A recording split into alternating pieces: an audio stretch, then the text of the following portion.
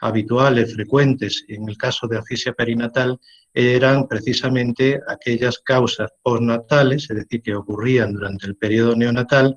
en la que tenían lugar pues, problemas de dificultad respiratoria, como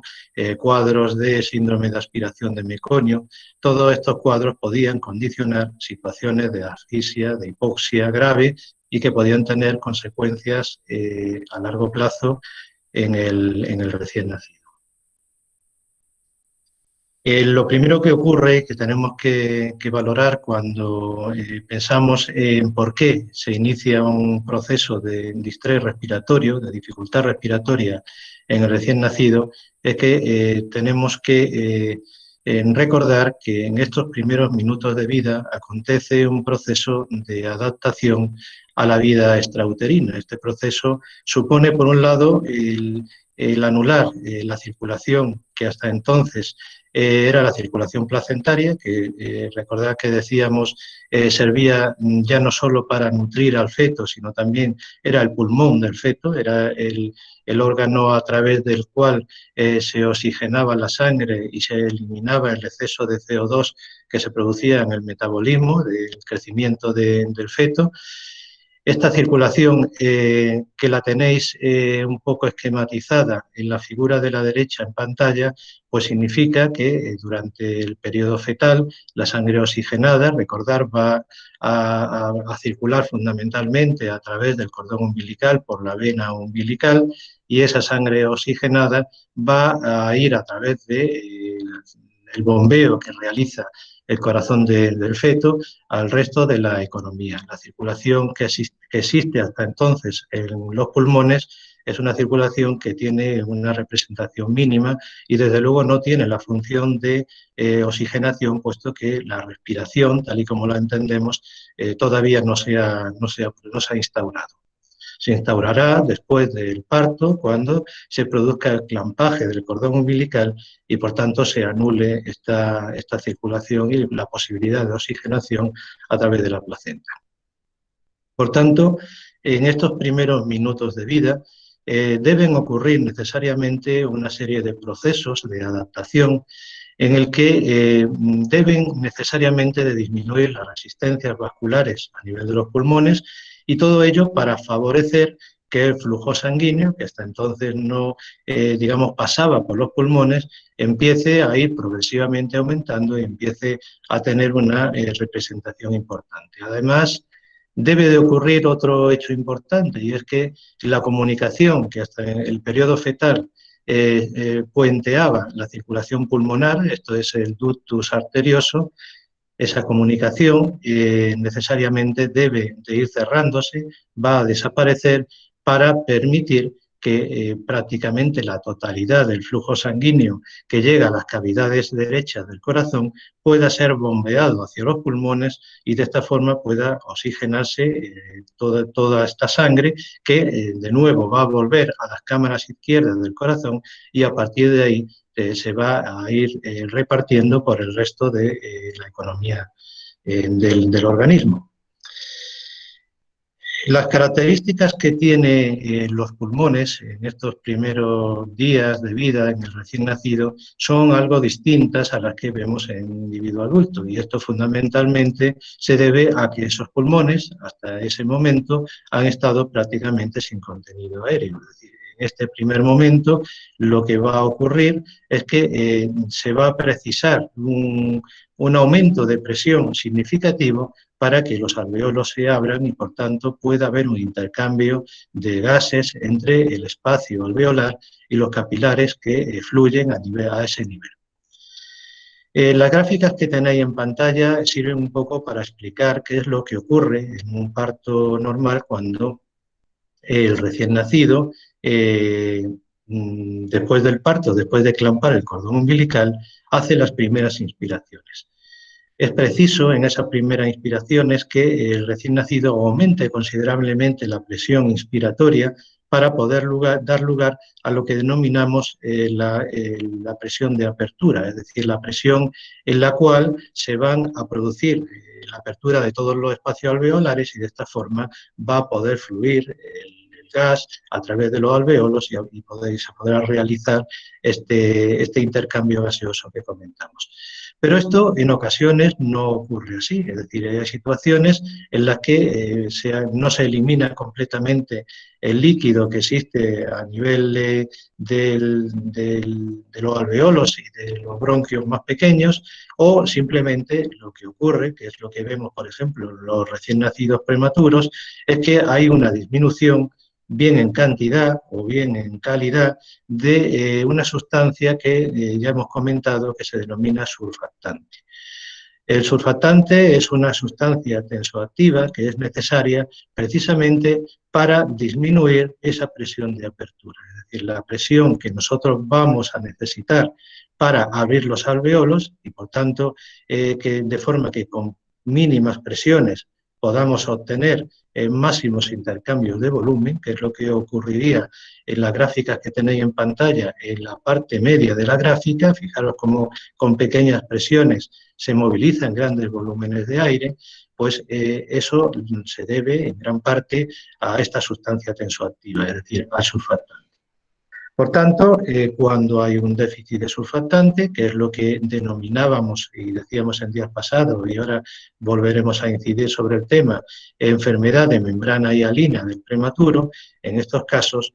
vamos a necesitar grandes presiones para poder movilizar pequeños volúmenes de aire. Es lo que ocurriría en la parte baja de la gráfica que tenéis en pantalla.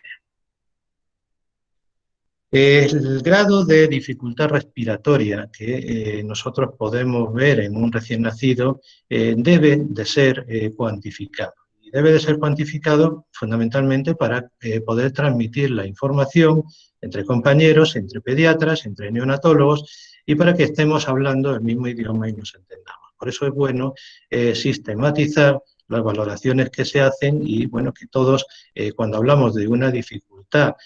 respiratoria moderada, pues sepamos exactamente a qué nos estamos refiriendo, qué grado de dificultad es la que tendría este recién nacido. Con la finalidad de sistematizar este puntaje, pues se describió en su día el test de Silberman-Anderson. Digamos que debéis de conocer que únicamente el test de Silberman-Anderson es un test que sirve para graduar la dificultad respiratoria que tiene un recién nacido y que valora una serie de parámetros. No vamos a entrar, porque yo creo que excede las competencias que se exigen en vuestro grado, pero el conocimiento sí debéis de tenerlo, es decir, no aprender a graduarlo, a dar el puntaje de un Silberman-Anderson, pero sin embargo sí conocer qué es lo que se valora cuando realizamos un test de Silberman-Anderson. Y lo que valoramos fundamentalmente son los parámetros que tenéis en pantalla, es decir, valoramos la taquipnea, es decir, la frecuencia respiratoria que tiene un recién nacido. En este punto es interesante que recordéis que la frecuencia respiratoria de un recién nacido puede ser normal, hasta 60 respiraciones, que es una frecuencia que en otras edades pues, se consideraría ya de por sí una frecuencia alta. Valoramos el tiraje y las retracciones, es decir, el grado de contracción que realizan los músculos intercostales cuando se realiza la inspiración del recién nacido. Esto lo único que nos indica es que se está utilizando de forma exagerada la musculatura accesoria a la hora de realizar la respiración. Recordad que los movimientos inspiratorios intervienen, además de la musculatura accesoria, los intercostales, interviene también el diafragma. Bien, el otro parámetro que se valora es el quejido, es decir, esto es un ruido que hace el recién nacido durante la expiración, que suena como lo que se denomina, es decir, una queja. Esto puede ser audible sin ningún tipo de amplificación, que diríamos que es un quejido audible sin necesidad de aplicar el fonendoscopio en el tórax del paciente, o un quejido mínimamente audible que precisaríamos para escucharlo aplicar la campana del fonendoscopio para poder escucharlo. El cuarto de los parámetros que valoramos es el estridor inspiratorio, es decir, un ruido que se realiza durante la inspiración. y el quinto de los parámetros es la cianosis, es decir, la posibilidad de que exista un déficit de oxigenación de la sangre que se traduce en un color morado tanto de los pulpejos de los dedos y de los labios. Recordar que este parámetro, que puntuábamos como color, también se evaluaba a la hora de evaluar el test de Agar, al minuto y a los 5 minutos. Bien, cuando nosotros hablamos de causas de dificultad respiratoria neonatal, pues fundamentalmente me interesa que se os queden varios conceptos. Por un lado, la dificultad respiratoria neonatal puede ser un síntoma que nos remite a patologías que no necesariamente tienen que estar localizadas a nivel respiratorio. Es decir, el distrés respiratorio neonatal puede obedecer a causas respiratorias o a causas no respiratorias. Puede obedecer a su vez a causas que están localizadas más allá del propio tórax. Por ejemplo, un recién nacido que está en una situación de hipotermia, frecuentemente va a manifestar esa situación de pérdida de calor como una dificultad respiratoria. Un recién nacido que tiene una situación infecciosa grave, una sepsis, frecuentemente va a manifestar esas alteraciones metabólicas que produce la sepsis con la hipotensión como un cuadro de dificultad respiratoria. Son ejemplos de que simplemente para que tengáis la idea de que cuando nosotros hablamos de distrés respiratorio, no siempre nos vamos a referir a una etiología propiamente pulmonar, es decir, que podemos estar ante etiologías muy diversas y no necesariamente localizadas en tórax.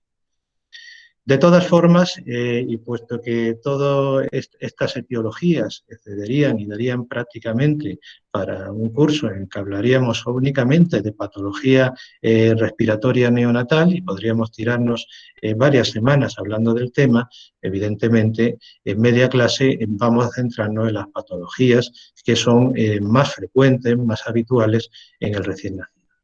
Y así, pues vamos, por ejemplo, a seleccionar una causa frecuente de dificultad respiratoria que solemos observar en recién nacidos a término, que es como dice su nombre, es transitoria, es decir, suele instaurarse inmediatamente después del parto, la vemos con más frecuencia en situaciones de parto tras cesárea y que se debe fundamentalmente a una mala eliminación del líquido amniótico que queda atrapado, mucho de él a nivel alveolar, en vías aéreas pequeñas y mucho líquido que no se acaba de reabsorber a nivel del intersticio entre los alveolos. Esta situación pues, genera una dificultad respiratoria que se debe fundamentalmente a que este acúmulo de líquido a nivel del intersticio entre los alveolos dificulta considerablemente la elasticidad del pulmón, que es lo que denominamos compliance pulmonar en el recién nacido. Esa alteración de la elasticidad del pulmón conlleva a que los movimientos respiratorios que realiza el niño para realizar el intercambio de gases pues no van a ser igual de eficientes que cuando este líquido ha podido ser eliminado completamente. Por eso, esta patología, que se denomina taquipnea transitoria del recién nacido, también se ha denominado en otro tiempo como retraso de evacuación del líquido amniótico. Es una patología que únicamente requiere, por nuestra parte, por parte del neonatólogo, la aplicación de un suplemento de oxigenoterapia en función de las saturaciones de oxígeno que vayamos monitorizando en estos pacientes. Sabemos que es una patología autolimitada y, por tanto, que en un plazo de 48, como mucho 72 horas, va a ir remitiendo conforme este exceso de líquido que no ha podido ser reabsorbido, pues vaya siendo reabsorbido y, por tanto, la dinámica de la función pulmonar pues vaya volviendo un poco a la normalidad. Tenemos imágenes radiológicas, que os pongo simplemente para que documentéis lo que acabamos de comentar. Esta es una imagen radiológica, la de la izquierda, típica de una taquipnea transitoria del recién nacido. lo que nos muestra fundamentalmente esas imágenes blancas que parecen a modo de corona alrededor de la imagen de la silueta cardíaca, no están traduciendo una densidad agua, es decir, la existencia de líquido no reabsorbido a nivel pulmonar. Conforme van pasando los días, la imagen pulmonar tenderá a ser más la de la derecha, que es una radiología de un recién nacido con unos pulmones completamente normales. Otra de las patologías que ya hemos nombrado, pero que vamos a tratar un poquito más extensamente, es la enfermedad de membrana hialina. Como concepto, pues deciros que la enfermedad de membrana hialina es una patología que afecta exclusivamente al recién nacido prematuro. Es decir, no deberíamos esperar una enfermedad de membrana hialina en un recién nacido que está en una edad gestacional de término, porque esta patología se debe fundamentalmente a un déficit de producción de surfactante, y sabemos que conforme van pasando las semanas y la edad gestacional del recién nacido se acerca a la situación del recién nacido a término, la producción de surfactante debería de ser completamente normal. El término de enfermedad de membrana hialina se debe fundamentalmente a los hallazgos que hacían los patólogos cuando hacían un análisis necrósico de estos recién nacidos prematuros que fallecían, y se encontraban porque existía a nivel alveolar un aspecto como una membrana de aspecto hialino, y de ahí viene precisamente esta denominación de esta patología, que, como digo, se debe a un déficit de surfactante. Surfactante, ya por completar un poquito el conocimiento de lo que acontece, es una sustancia fundamentalmente de composición fosfolipídica, es decir, que mayoritariamente está compuesta por lípidos, pero tenemos que saber que tiene también en su molécula proteínas, es decir, que es una molécula que lleva asociado a los fosfolípidos proteínas que además son importantes para su función. Las proteínas, que están cuantitativamente en una proporción muy baja, como veis en la diapositiva, únicamente un 5% de la cuantificación de la molécula se correspondería a proteínas. Como digo, cuando existen alteraciones en la composición proteica, y hay patologías hereditarias con rasgos genéticos en los que hay alteraciones en la producción de estas proteínas, pues se produce un surfactante anómalo y que por tanto tiene una función deficitaria. En estos casos el recién nacido tendría una patología que iría más allá del periodo neonatal y que condicionaría una neumopatía crónica que en muchos casos podría ser incluso incompatible con la vida. Tenemos que saber que el surfactante es una sustancia que se produce en unas células que existen a nivel alveolar, que son los neumocitos tipo 2. El surfactante se va a ir produciendo en cantidades cada vez mayor a partir de la semana 20 de edad gestacional, y, como digo, a partir de la semana 24 o 25 ya existe digamos, una alveolización suficiente en el recién nacido, que sería un recién nacido prematuro de muy bajo peso, el límite de viabilidad en estos casos, pero ya la estructura alveolar permitiría una ventilación suficiente con aportes extras, aportes exógenos de surfactante. Por tanto, recordad otro concepto que decíamos en días pasados, y es que cuando el feto llega a la edad de 24 o 25 semanas, límite, estaríamos hablando de un recién nacido en el límite de la viabilidad. Por tanto, eso también es importante. La producción de surfactante se puede acelerar, y sabemos que existen determinadas situaciones estresantes para la gestante en la que el surfactante fetal va a incrementar su ritmo de producción. El hecho es que situaciones estresantes, como puedan ser, pues, por ejemplo, situaciones de infecciones en la madre, sabemos que una coriamnionitis que pueda tener la madre es una situación estresante que, por un lado, en cuanto a la producción de surfactante, en el recién nacido podría ser beneficioso, pero por otro lado, por el proceso infeccioso que conlleva un riesgo vital para el recién nacido, esa situación de coriamnionitis sería altamente perjudicial. El aumento de producción de surfactante en la gestante también se puede promover y de hecho esta es una práctica que normalmente hacen de forma rutinaria los obstetras y es que cuando sabemos que hay un parto prematuro que no va a poderse parar de ninguna forma, el obstetra va a administrar a la gestante corticoides. Normalmente se utilizan betametasona, 2 dosis, en intervalos, si es posible, de 12 horas, es lo que llamaríamos la pauta de maduración pulmonar completa, es decir, 2 dosis de corticoterapia a la gestante, que no tiene otra finalidad más que la de acelerar la producción de surfactante en este recién nacido prematuro. Esto digamos que sería una medida de profilaxis precisamente para evitar esta situación de enfermedad de membrana hialina. Entre los factores de riesgo de la enfermedad de membrana hialina, pues fijaros que tenemos muchos factores, algunos factores de riesgo aumentado. Fijaros porque, por ejemplo, situaciones como la etnia, la raza, ser de piel blanca o de piel negra, es un factor que se considera factor de riesgo. En el caso de los recién nacidos prematuros de raza blanca, pues simplemente el hecho de pertenecer a una etnia blanca supone un riesgo aumentado con relación a los recién nacidos de etnia negra. Pero además, fijaros que el género, el ser varón o ser una niña, también influye en el riesgo de enfermedad de membrana hialina. Yo diría más, el riesgo de mortalidad, es decir, la mortalidad de los recién nacidos prematuros, en general, por múltiples causas, pero una de ellas importantísima en los grandes pretérminos sería precisamente la dificultad respiratoria, pues la mortalidad está incrementada en los recién nacidos prematuros que son varones. Hay mayor supervivencia en los recién nacidos pretérminos que son niñas.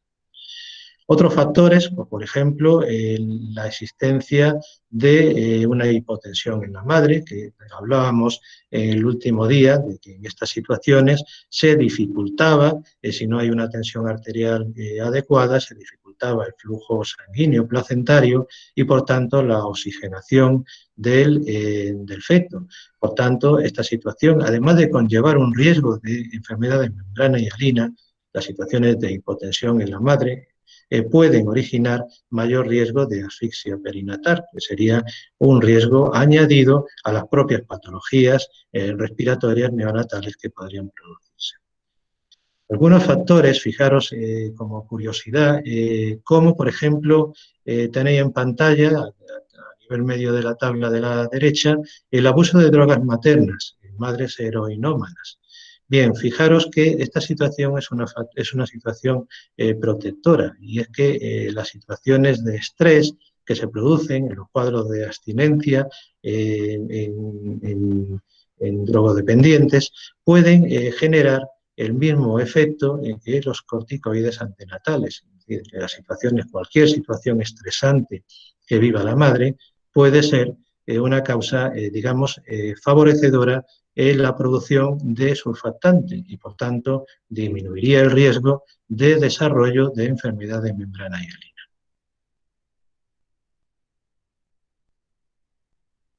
En cuanto al tratamiento, el primero de los puntos que tenéis en pantalla, pues realmente sería una profilaxis, es decir, sería un tratamiento preventivo. Nos referimos al tratamiento que va a realizar el obstetra mediante la administración de corticoides en la madre, al menos con 2 dosis, con un intervalo de al menos 12-24 horas, dependiendo de la premura que tengamos en que se vaya a producir el parto. En estos casos, normalmente la indicación se estima desde los límites de la viabilidad, por tanto 23-24 semanas de edad gestacional, hasta el momento en el que consideramos que el riesgo de desarrollo de una enfermedad de membrana hialina es mínimo, y esto lo ciframos en alrededor de las 34 semanas. Fundamentalmente, este periodo comprende, haciendo un repaso de lo que ya hemos visto, fundamentalmente aquellos recién nacidos que decíamos que eran de muy bajo peso, es decir, recién nacidos por debajo de las 32 semanas de edad gestacional o que tenían un peso al nacer equivalente de 1.500 gramos. En cuanto al tratamiento que vamos a realizar de la enfermedad de membrana hialina, pues aparte de la oxigenoterapia, que lógicamente tendremos que administrar para intentar mantener una oxigenación adecuada en los tejidos y sobre todo en el cerebro, pero tener en cuenta que el tratamiento que nosotros, el tratamiento de elección que nosotros realizamos los neonatólogos en este caso,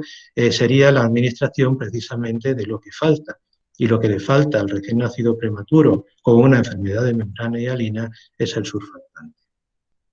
Surfactante que podemos administrar y se administra por vía intratraqueal, podemos administrar en los primeros días porque normalmente la enfermedad de membrana hialina también tenéis que saber que es una enfermedad que es autolimitada, es decir, una enfermedad que se instaura de tras el parto, si nosotros no hiciéramos ninguna medida de administración de surfactante, la enfermedad de membrana hialina va a alcanzar su pico máximo de gravedad aproximadamente entre las 12 y 18 horas de vida y a partir de ahí generalmente se va a ir produciendo mayor cantidad de surfactante y por tanto a partir del tercer cuarto día la producción de surfactante en el prematuro sería suficiente y por tanto habría una franca mejoría. Evidentemente, esto va a cambiar, el curso natural de la enfermedad va a cambiar porque nosotros vamos a intervenir instaurando una ventiloterapia muchas veces invasiva, es decir, intumando al paciente y en ocasiones administrando una PIPA, es decir, una presión no invasiva que nos va a mantener unas presiones en la vía aérea suficientes para garantizar la oxigenación. Bien, otra de las patologías respiratorias que vamos a nombrar sería el síndrome de aspiración de meconio. Ya nos hemos referido a esta patología, fundamentalmente se debe a la aspiración intraútero o bien en el canal del parto del meconio que ha podido eliminar el recién nacido como consecuencia de esa situación de asfixia. Comentábamos el último día que estas situaciones de asfixia provocaban movimientos una aceleración de los movimientos intestinales, del peristaltismo en el feto y a su vez estimulaba el centro respiratorio del feto provocando movimientos respiratorios de inspiración. Esta situación va a originar el pase de líquido amniótico, muchas veces con meconio en suspensión, decíamos, a la vía respiratoria y las características físicas del meconio, sustancia espesa, pegajosa, que puede adherirse a las vías aéreas, a los bronquios y a los bronquiolos más finos y por tanto provocar cuadros de obstrucción a este nivel. Estas situaciones van a ser causa en muchos recién nacidos de hipoxemias graves y por tanto recordar que hablábamos de la aspiración de meconio como una de las patologías neonatales que podía originar en ocasiones cuadros de asfixia perinatal grave. Fundamentalmente, las manifestaciones clínicas de los cuadros de aspiración de meconio van a derivar de esta situación de hipoxemia. Situaciones de hipoxemia que debemos de controlar mediante la ventilación asistida, oxigenoterapia en función de las saturaciones de oxígeno que nosotros vayamos obteniendo y ayuda en ocasiones, por lo menos en etapas muy precoces, la aspiración de todo el contenido meconial que podamos encontrar en todo el tracto respiratorio, por lo menos en la tráquea y en los bronquios principales. Por tanto, está indicado en estas situaciones hacer un aspirado selectivo de todo el meconio que exista a nivel respiratorio. Bien, con esto pasamos a hablar de otro gran grupo de patologías neonatales, que son las hiperbilirubinemias neonatales, una patología muy frecuente durante el periodo neonatal, patología que puede tener trascendencia, sobre todo las formas de hiperbilirubinemia indirecta, de las que ahora hablaremos, como digo, trascendencia sobre todo por sus repercusiones a nivel del sistema nervioso central, siendo causa cuando asistimos a concentraciones muy altas de bilirrubina, asistimos, como digo, a una patología secuela de estas alteraciones de la bilirrubina, como es la encefalopatía bilirrubínica. Vamos a dar unas breves pinceladas de qué es la bilirrubina, por qué la bilirrubina es una sustancia tóxica para el recién nacido, qué tipos de bilirrubina hay. Son las dos bilirrubinas que describimos, la conjugada y la no conjugada, igualmente tóxicas para el sistema nervioso central. En fin, son preguntas que vamos a intentar explicar a continuación. La bilirrubina es un producto metabólico de la degradación de la hemoglobina, es decir, que la hemoglobina va a metabolizarse cuando se produce la ruptura de los hematíes, de los glóbulos rojos. Esa proteína, la hemoglobina, va a metabolizarse en el sistema retículo endotelial, es decir, los glóbulos blancos que van a fagocitar los hematíes y los detritus de los hematíes que se han roto, que se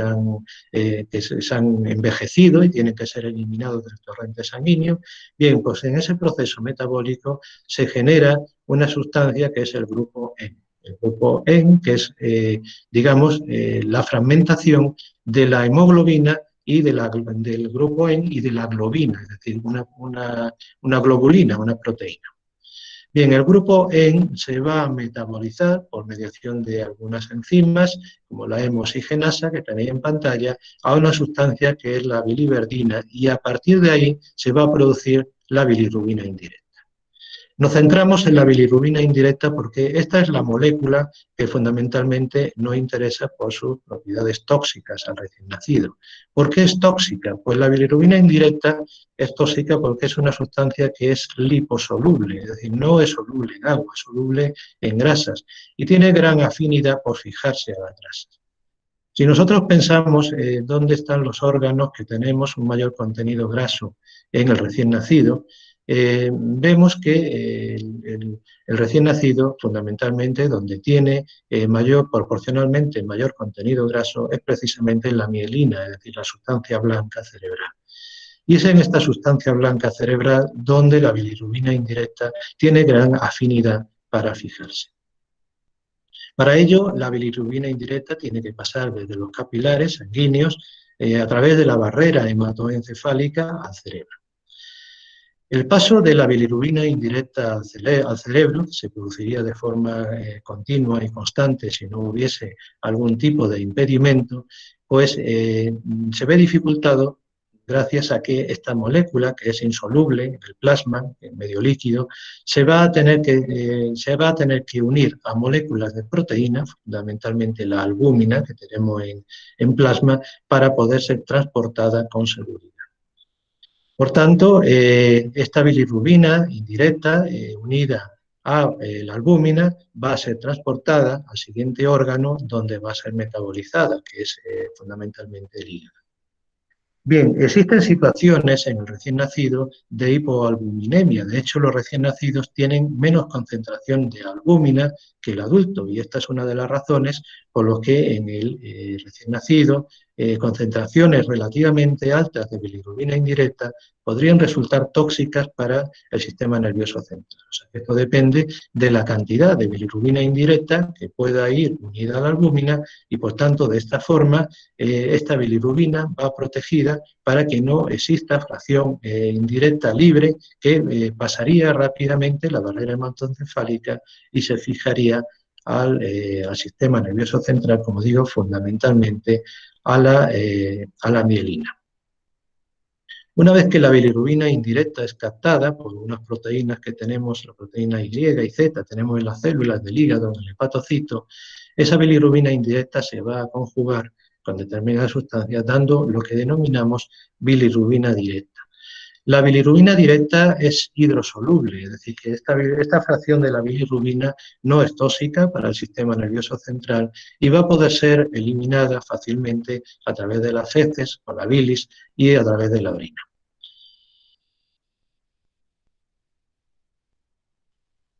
Por tanto, si nosotros repasamos situaciones en las que existe una mayor penetración cerebral, es decir, decimos cuándo es más tóxica, en qué situaciones podemos esperar una mayor toxicidad de la bilirrubina indirecta en el recién nacido y, por tanto,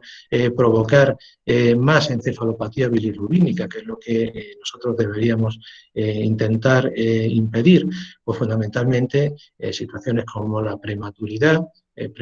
porque además tenemos en los prematuros concentraciones de albúmina en plasma más bajos y por tanto se va a ligar menos a esta proteína, la bilirrubina, situaciones en las que existen acidosis, por ejemplo en la asfixia, que existen situaciones de acidosis, en estas situaciones se altera la barrera hematoencefálica, se hace más permeable a las sustancias liposolubles, con lo cual la bilirrubina podría traspasar esta barrera con más facilidad.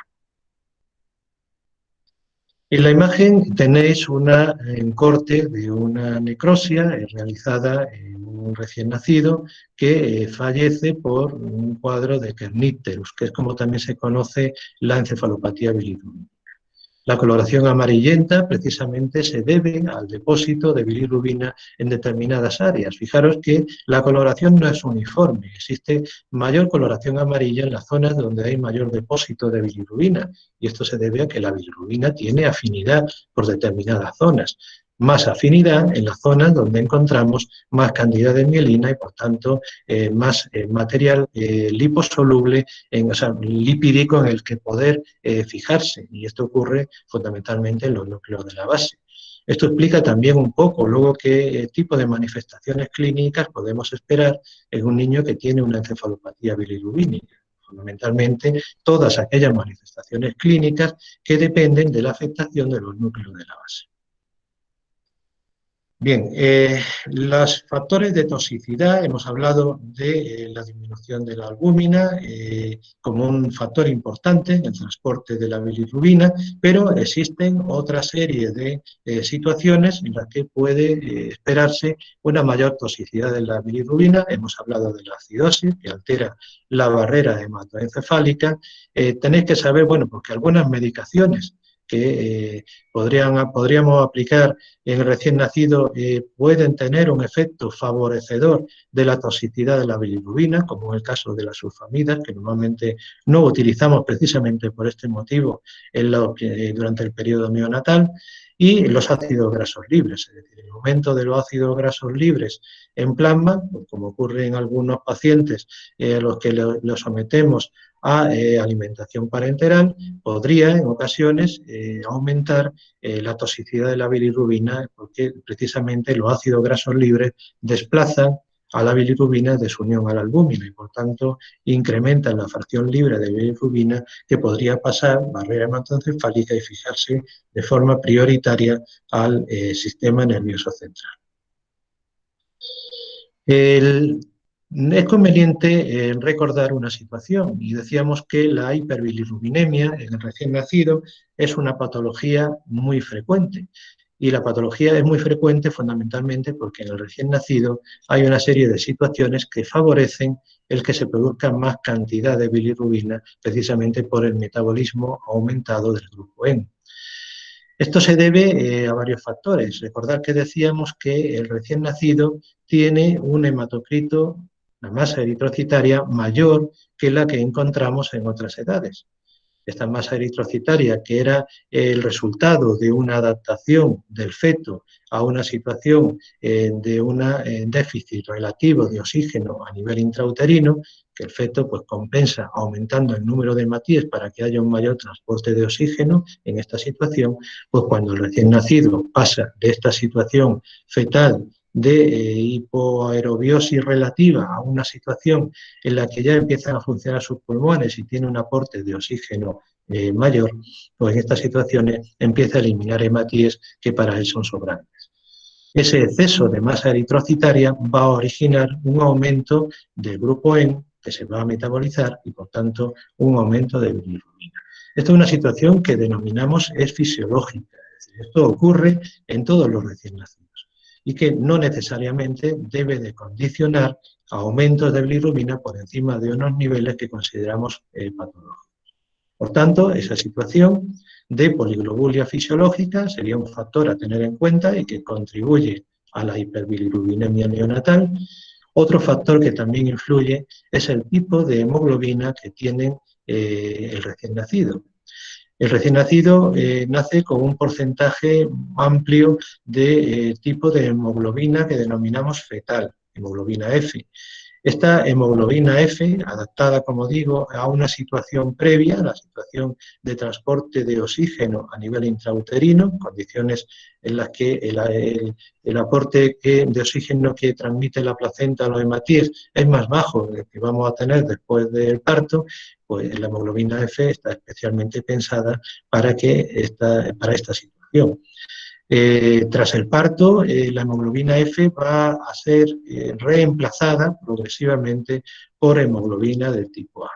Bien, el tipo de hemoglobina que tienen los hematíes condiciona que la vida media de los hematíes sea también más corta. Los hematíes del recién nacido con alta concentración de hemoglobina F tienen una vida media en torno a los 80 días, en tanto la vida media de los hematíes de un adulto ronda los 120 días. En esta vida media de los eritrocitos más corta condiciona el que se produzca también a ritmo un poco más acelerado en mayor producción del grupo E, degradación de la hemoglobina y por tanto mayor producción también de bilirrubina. Bien, existen otros factores que son condicionantes fundamentalmente de la inmadurez y por tanto los vamos a ver con más frecuencia y van a tener más peso en recién nacidos prematuros, como son situaciones de la disminución de la captación de la bilirrubina. Recordad que hemos dicho hace un momento que la bilirrubina que circula en el plasma unida a la albúmina va a llegar al hígado y son las células del hígado, los hepatocitos, los encargados de captar esa bilirrubina y metabolizarla a nivel del hígado hacia la forma soluble de la bilirrubina, que era la bilirrubina directa. De esta forma, eliminamos la fracción indirecta, que es la fracción, digamos, tóxica, peligrosa para el recién nacido. Estos factores dependen digamos, de que existan una cantidad de enzimas necesarias, tanto para la captación como posteriormente para la conjugación de esa bilirrubina a nivel hepático. Por tanto, a mayor cantidad de enzimas, mayor captación, mayor conjugación y, por tanto, mayor eliminación de la bilirrubina indirecta y mayor producción de bilirrubina directa, que era, recordar, la fracción soluble, menos tóxica y que se iba a eliminar fundamentalmente por la orina y por las heces. Existen situaciones en las que podemos decir que los niveles de bilirrubina ya no son fisiológicos y tenemos situaciones patológicas, lo que denominamos una hiperbilirubinemia neonatal que precisa tratamiento. Existen una serie de criterios que se definieron en su día por un autor que se denomina Meisel, que evidentemente no es necesario que recordéis, pero sí es necesario que recordéis, digamos, cuando consideramos que una hiperbilirubinemia puede exceder los límites de lo estrictamente fisiológico. Y en general podemos decir que una hiperbilirubinemia no es fisiológica cuando aparece muy pronto, porque la hiperbilirubinemia fisiológica, lo normal es que aparezca pues, a partir de las 24 o 48 horas de vida y que normalmente esté resuelta antes de la semana, sin que necesitemos aplicar ningún tipo de tratamiento porque los niveles que se alcanzan en sangre de bilirrubina se consideran que no son patológicos, que no son peligrosos para el recién nacido. En todas las situaciones que exceden estas premisas, es decir, es muy precoz, duración más allá de lo recomendado o valores más por encima de lo que nos indican las tablas de valores fisiológicos, podemos hablar de hiperbilirubinemia neonatal patológica y, por tanto, vamos a tener que instaurar tratamiento. ¿Qué tipo de patologías podemos esperar que contribuyen al aumento de la hiperbilirubinemia indirecta en el recién nacido? Pues existen múltiples causas. Las hemos agrupado en varias categorías En algunos casos se deben fundamentalmente a que se produce más hemoglobina para degradación, es decir, más producción de hemo por bien destrucción de hematíes y como ocurre, por ejemplo, en las situaciones de las anemias hemolíticas, en esta situación se rompen los hematíes y ese exceso de grupo hemo que se produce por el sistema retículo endotelial va a ser fagocitado y se va a metabolizar hacia bilirrubina indirecta y en parte también luego hacia bilirrubina directa en el hígado. En otras ocasiones, pues, son patologías de tipo infeccioso, es decir, en las situaciones de infecciones neonatales podemos encontrar como sintomatología asociada el incremento de la bilirrubina indirecta. Es decir, esto se debe fundamentalmente a las alteraciones vasculares que se producen, un cuadro infeccioso, pero también a una alteración en digamos, la eficacia de todo el sistema enzimático encargado de metabolizar la bilirrubina. Tenéis en pantalla un paciente con un cefalohematoma. Hablamos de lo que era un cefalohematoma cuando nos referíamos a la exploración de la cabeza en el recién nacido. Bien, ese acúmulo de sangre que se producía a nivel subperióstico y, por tanto, ese acúmulo de sangre que a veces obedece a efectos traumáticos, como pueda ser la aplicación de un forceps en la extracción o de una vacoextracción. Estas situaciones producen un pequeño sangrado, pequeño o grande, a nivel subperióstico y evidentemente esa sangre va a ser reabsorbida progresivamente. Bien, por la reabsorción de esa sangre acumulada a este nivel se va a metabolizar evidentemente también hacia bilirrubina. Por tanto, es esperable que en los recién nacidos con un cefalohematoma importante se produzca incremento de la bilirrubina y por tanto son causas de hiperbilirrubinemia.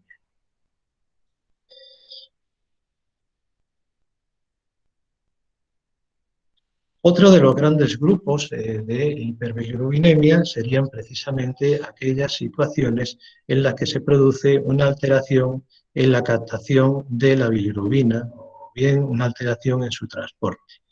Alteración en el transporte a la que ya nos hemos referido cuando hablábamos de las disminuciones de albúmina que ocurren en el recién nacido, pero también sobre todo en el recién nacido prematuro.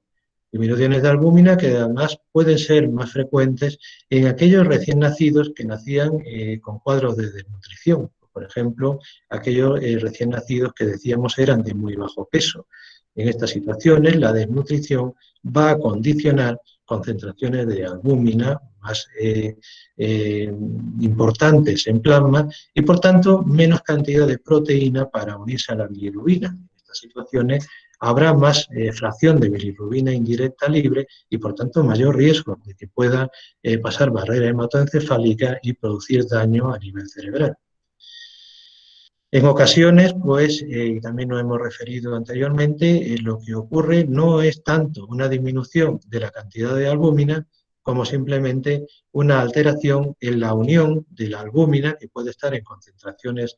prácticamente normales en plasma, como digo, una alteración en la unión de esta proteína a la bilirrubina. Y existen una serie de situaciones que dificultan esta unión entre albúmina y bilirrubina. Ya nos hemos referido a ellas, por ejemplo, la existencia de la utilización de medicamentos, algunos medicamentos, fundamentalmente sulfamidas. Insisto que este grupo de medicamentos no se utiliza en el periodo neonatal precisamente por el riesgo que conlleva de incrementar notoriamente los niveles de bilirrubina y por tanto su toxicidad.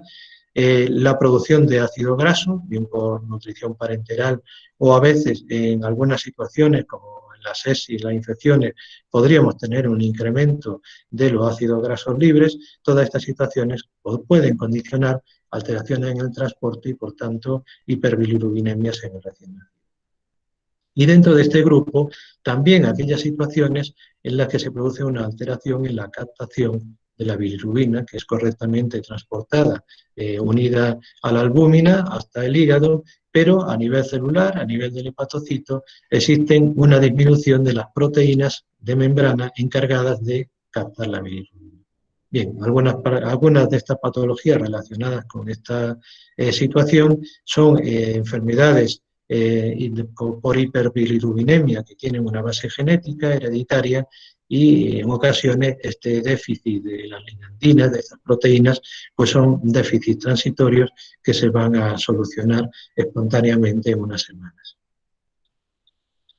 Otro de los grandes grupos son los trastornos en la conjugación, es decir, hay una alteración en la eliminación de la bilirrubina indirecta ya en el interior del hepatocito, es decir, la bilirrubina es transportada al interior de la célula hepática y a este nivel debería de unirse al ácido glucurónico para formar la bilirrubina directa. Bien, en estas situaciones este proceso está alterado y esto generalmente obedece a una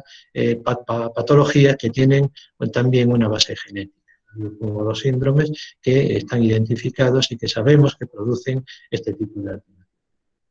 Y luego tenemos otras ictericias, como es la ictericia fisiológica del recién nacido, a la que ya nos hemos referido. Aquí influyen múltiples causas, fundamentalmente, como hemos enumerado, las situaciones en las que hay un aumento en la producción de bilirrubina por aumento de producción del grupo E y algunas situaciones que también pueden producir hiperbilirubinemia en el recién nacido, pues tienen una base endocrino-metabólica. Por ejemplo, situaciones de hipotiroidismo congénito, por poner un ejemplo, de los múltiples causas que hay descritas. Otro grupo de ictericia que también quiero resaltar, porque tiene interés que conozcáis, son situaciones en las que hay una ictericia por lactancia materna.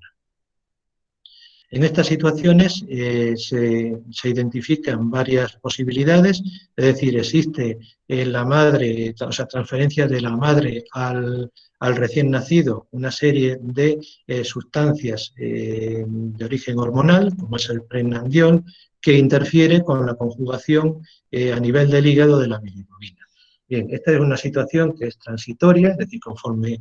van pasando los días, este exceso de sustancias hormonales que se han transferido desde la madre del recién nacido se van a ir eliminando y, por tanto, la situación se va a ir normalizando en cuanto a la producción de bilirrubina. En otras situaciones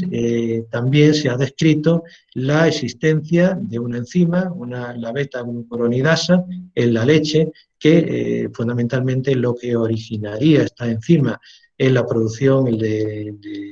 la leche materna, pues sería un incremento de los ácidos grasos libres en el recién nacido y, por tanto, aquel efecto que hemos descrito hace unos momentos de desplazamiento de la unión de la albúmina, la bilirrubina indirecta y, por tanto, aumento de la fracción libre de la bilirrubina que podría originar, como digo, el efecto tóxico. Al finalizar, lo que sí tenéis que tener claro es que el efecto tóxico de la bilirrubina, que es la fracción, insisto, indirecta, se debe fundamentalmente al incremento de la fracción libre de la bilirrubina indirecta, que siendo liposoluble y poco hidrosoluble, poco soluble en agua, pues va a originar los efectos tóxicos a nivel del sistema nervioso. Una causa importante, y esta sí es patológica, de hiperbilirubinemia del recién nacido, se debe precisamente a las situaciones de isoinmunización, es decir, sensibilización de la madre a grupos sanguíneos que tiene el recién nacido, el feto. En estos casos se producen anticuerpos cuando es inmunización del tipo RH, esto quiere decir que la madre no tiene el factor RH, sería lo que denominamos RH negativo. En estas situaciones, la existencia de un feto, RH positivo, que podría ser un carácter transmitido a través del padre, pues desarrollaría el factor RH. La asistencia del factor RH en el recién nacido hace que la madre, que se puedan producir mínimas pasos de sangre desde el feto a la sangre materna, o bien por sensibilizaciones previas, como puede ocurrir por abortos previos, va a originar que esta madre se sensibilice contra el factor RH que, como digo, tiene su feto. En estas situaciones se producen anticuerpos en la madre que van a ser anticuerpos inicialmente del tipo IgM, estos no son peligrosos, son los primeros que se producen, no pasan placenta, por tanto no va a haber riesgo para el recién nacido, pero inmediatamente después se va a producir anticuerpos del tipo IgG. Los anticuerpos del tipo IgG sí atraviesan muy bien la placenta y el efecto que van a tener el recién nacido va a ser reconocer todos los hematíes, que son todos, los que del feto que tienen el factor RH positivo, D positivo. Bien, pues en estas situaciones esa sensibilización va a originar la hemólisis de prácticamente y progresivamente los hematíes del feto, originando situaciones de anemia. Anemia grave en el recién nacido, pero también al producirse rotura de los hematíes, lo que va a acontecer es mayor producción de degradación de la hemoglobina, más grupo en que degradar, y por tanto se van a producir en mayores cantidades de bilirrubina.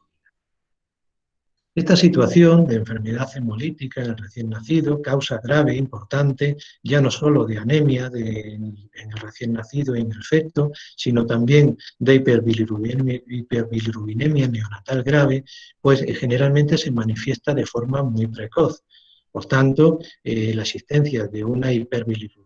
grave en el primer día de vida debemos de tenerla en cuenta, y una de las causas que vamos a investigar es la existencia de una inmunización de tipo RH.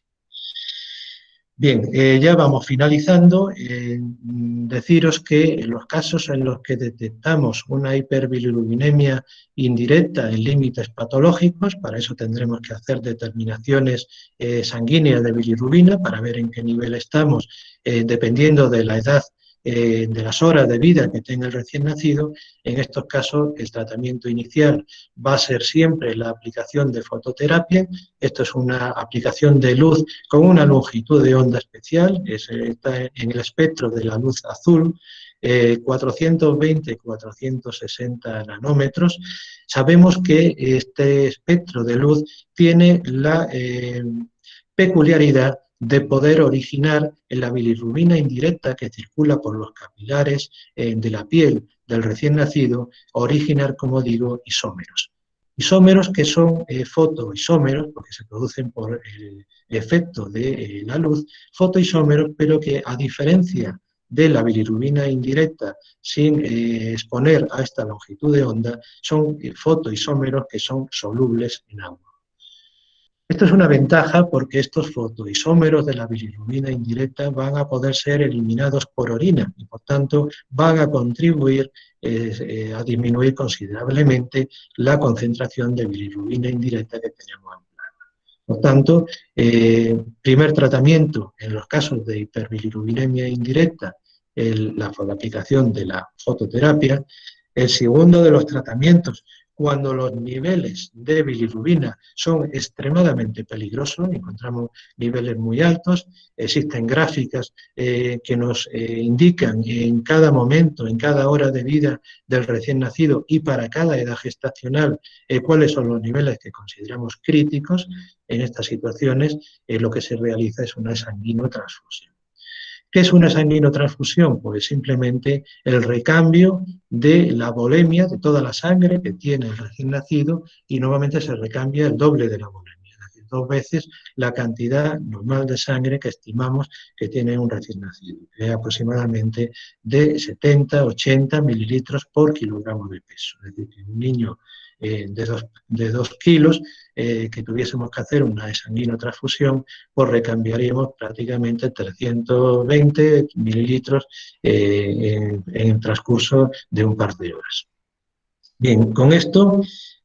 finalizamos la clase de hoy.